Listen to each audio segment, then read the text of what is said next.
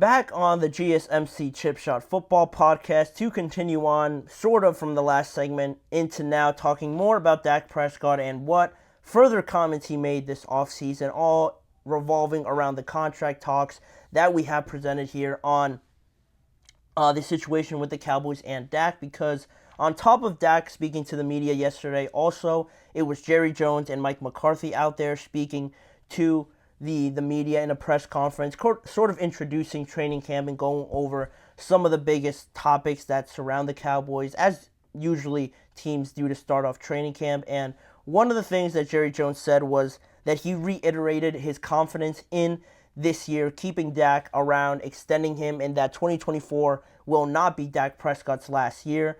But to that point, again, obviously he's going to be confident in it. Stephen Jones, also another one of the organizational members that reiterated his confidence in being sure that this is all going to be ironed out. Dak is going to remain on this team.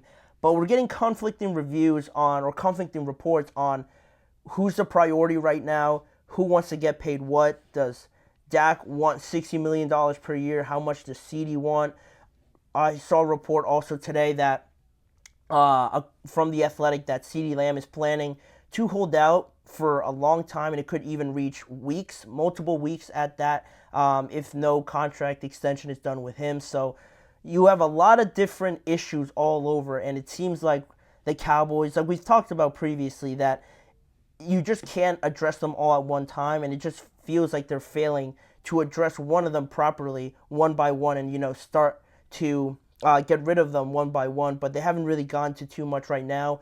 They're spreading themselves a little bit thin here and focusing in now and more on Dak Prescott and what he had to say, also talking to the media yesterday. He's very much involved in all these negotiations and how his contract affects CeeDee's, how does CeeDee's affect Micah's, and everything like that. But up until this point, before the comments that were made yesterday, I was getting the sense that Dak was feeling confident that this was going to get worked out with the Cowboys. He wasn't holding out or anything. He wasn't saying anything too out of pocket or nothing like that. He was being a good, loyal leader, an ideal quarterback per se, saying all the politically correct things, showing up to practice, saying that everything was going to get worked out. He doesn't want to focus too much on money, just on improving this team and focusing in on football. But that was the vibe I was getting before yesterday. But then after seeing the comments that I will bring up here in just a second, my feeling around Dak and just the idea that the comments he gave yesterday gave off was sort of like, it was sort of a vibe of, I'm not worried because I know I will get paid by someone eventually. That's kind of the mindset I feel that Dak is sort of shifting into now. After waiting, honestly, all offseason for something to get done, really since last offseason, honestly, where they could have started negotiating this. It's been a while now, and I think Dak potentially has had enough of this, just waiting around and hearing all the different things, having to answer multiple questions on the same thing. I think now his attitude is starting to shift a little bit, and I'll get into specifically what he said here in just a second, talking about the contract situation and just the feeling around everything heading into this year. He said, "I want to be here, but when you look up all the great quarterbacks I watched, they all played for other teams. My point in saying that is that's not something to fear. That may be a reality for me one day. It may not be my decision. That's the freedom that I have." And it's true. He hasn't said anything false in that statement. He has a no tag clause, and he also has a no trade clause that prevents him from being tagged, obviously, if the Cowboys can't agree to anything in the near future. And also if in any world, any hypothetical situation, the Cowboys do want to trade him just to get something back for him, he has to give the final okay. So everything right now points to Dak just controlling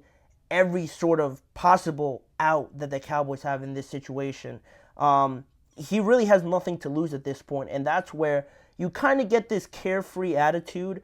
What's the word I'm looking for? Almost like this unbothered attitude from Dak, because the worst case scenario is he gets no extension. He plays out this year with the Cowboys, which very comfortable situation for him. He knows everything there is to know about the Cowboys, the expectations, playing with some of these teammates. He'll have no problem doing that. And then he finishes off this season wherever they finish off, playoffs, no playoffs, or anything like that. It almost doesn't matter to Dak too much, because if he's not going to get extended, there's no real urgency from the Cowboys to do it at that point after the season. And you kind of get a message if you're Dak Prescott and you go the entire season on the last year of your contract and the Cowboys still haven't extended you after the year. It doesn't really incline Dak to want to be back with the Cowboys, if that makes sense. They had all this time now to extend you. Of course, they're seedy, but you're the quarterback. You want to be the priority. The Cowboys have put off trying to pay you, and then by the end of the season this year, if there's no extension, you're kind of inching towards the exit door at that point. You're kind of inching towards the exit and thinking that you're probably better off somewhere else if they're really having this hard of a time trying to pay you.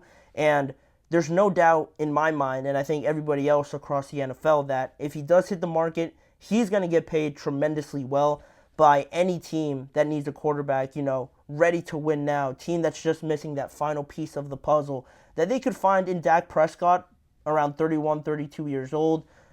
Yeah, it's gonna be a massive, investment in money, but again, if you're a team that has been longing for success, that has been needing something to change, like the Las Vegas Raiders is the team I keep going back towards, or I want to say the Giants, but they just paid Daniel Jones a lot of money, so then to pick up Dax or extend Dak and give him a brand new contract seems a little bit dicey, and same division and everything, but they fit the description of what I'm trying to lay out here for you guys. So I'd be surprised if that happened, but a team like that is just a quarterback away, that has good pieces around them, would look to Dak as a dream scenario to just pick up, pay him the money that he needs, and just move on with the rest of your business and be considered a top contender next year with the rest of the weapons that you have. So Dak in this situation, again, is playing the good soldier, playing the just this golden player for the Dallas Cowboys, because say he moves on, he doesn't get extended,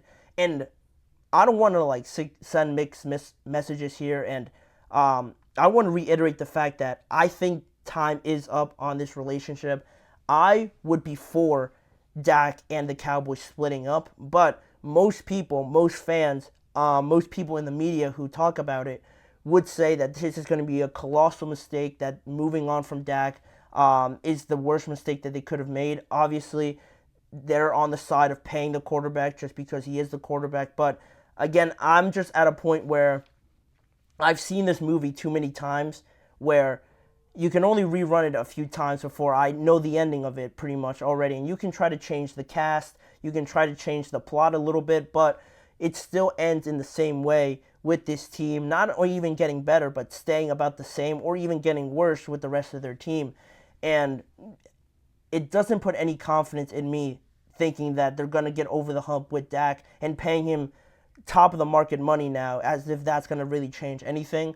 Of course, it's going to make you worse, but seeing that change, I think, is the biggest thing to take away from this. And Dak moving on, not getting paid, I think would probably rub a lot of people the wrong way, but I think it would be the choice to make now, especially when you have Stephen Jones also coming out, talking to reporters recently, saying that Micah and CeeDee Lamb also want to be the highest paid non-quarterbacks in the NFL. So if that's the case, what can you do? You have no other choice, I believe, to just move on from Dak, because again, it's almost sacrilegious, but with the quarterback, it's almost like the Saquon situation, honestly, in both ways, because if he moves on, all the blame is going to go to the Cowboys for not extending him. How could you let Dak go? How could you move on from a quarterback that just had this season in the year before?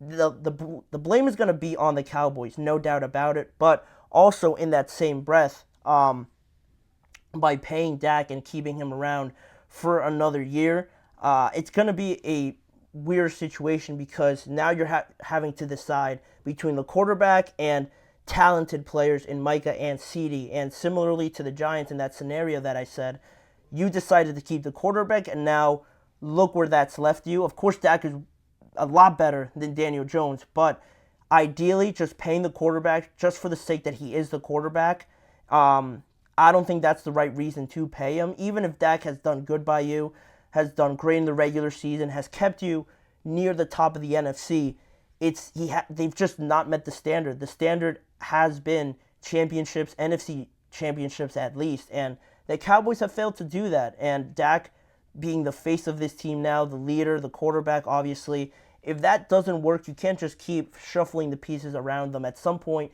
you have to look at the head of the snake and think that we're just going to have to change something from the top. And it's going to be hard. It's going to be, again, you're going to get killed from every direction. But I think I'm at that point now. You can't make the same mistake because we already saw how it ended with the Giants.